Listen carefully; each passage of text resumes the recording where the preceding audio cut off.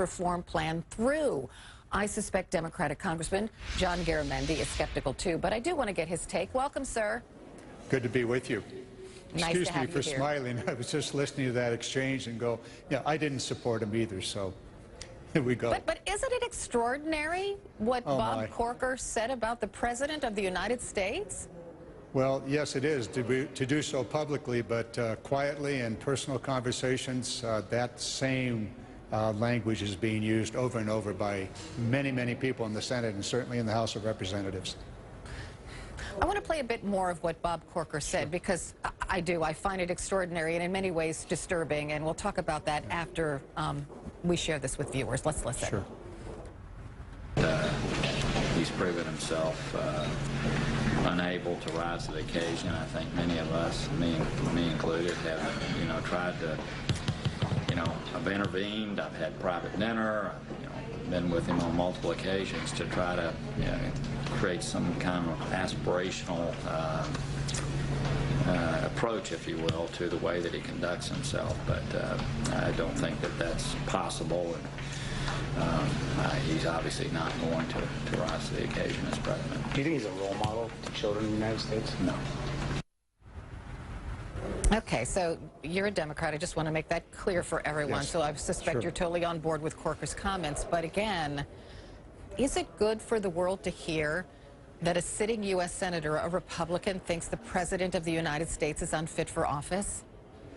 Well, it's certainly not good for the world, because the world also has been looking directly at what our President Trump, has been doing, not only during the election period where he was the bully in charge. I mean, just incredible amount of bullying to anybody that was an opponent of his, whether it was Hillary or any of the Republicans. But they're also looking. I've had leaders from around the world, either in our travels or here in Washington, come and say, what's going on? What's happening? What is this all about? There is a great deal of concern in every capital around the world as to what is the President of the United States doing. Obviously, his word is worthless. He will say one thing one day and exactly the opposite the next, and then the following morning treat something that confounds the previous two messages. So that creates a confusion, and frankly, it creates a very, very dangerous situation. Think about North Korea. What is Kim Jong-un thinking as the President is talking about carrying on some sort of military strike? Obviously, this is a tripwire there that the President actually makes more taunt and far more dangerous. So, yes, this is an international problem. Within the politics of Washington, D.C., it creates incredible disconnect and dysfunction, because we don't know what to expect. At a time when the world doesn't need it for exactly the reasons that you just outlined. I'm just curious. So Bob Corker, we know he's going to retire, right? But he's still got 14 months left, so it's a long time. But, I don't know, put yourself in his shoes. Would you be as free with your words as he is? Because he certainly wasn't like that before he announced his retirement. Well, I think what we're hearing in private conversations is something very similar to what Senator Corker is saying publicly. And frankly, there are many Democrats that have been saying what Corker is saying for months, even during the campaign and certainly since Trump has become president. I have been saying repeatedly that this man cannot be trusted. We don't know what he will do next, that his word is worthless. His tweets are worthless because they are saying one thing one day and another the next. Let me ask you it this way, and I'm sorry to interrupt, but no. For the good of the country, because I think many Americans want tax reform. They do. Yes.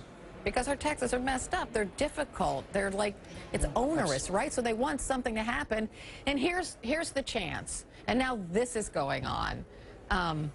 President Trump is going to sit down with lunch with Senate Republicans. I know Democrats aren't invited to the party, right? But what might that lunch be like? And is it possible that any progress would be made? Well, I think that the answer is probably useful in that at least they're sitting at the same location, they are talking. It would be good if that was a broader conversation. It's absolutely clear that the Republicans have no intent of involving Democrats in this tax cut. It is not a reform. It is a massive tax cut, and it is also an enormous transfer of wealth from the working men and women who receive benefits, for example, Medicare, Medicaid. We're talking about a $2 trillion reduction in programs that provide benefits to working men and women and poor. At the same time, enormous tax cuts for the super wealthy, including corporations. So you go a transfer of wealth, more income inequality. It is not reform in that there seems to be precious little in it about making the tax code simpler, making it more fair, more direct, and encouraging inward investment in the United States. So no, they're not working with Democrats in the House. They intend to do it entirely on Republican votes. Obviously, the same thing in the Senate. That's what this budget reconciliation is all about. All right, well, we'll see what happens because we don't have all, that's right, hang on. We don't have all the details yet, so you never know. It's been a very strange political season, that's for sure. Congressman John Garamendi. Thank you. Thank you so much.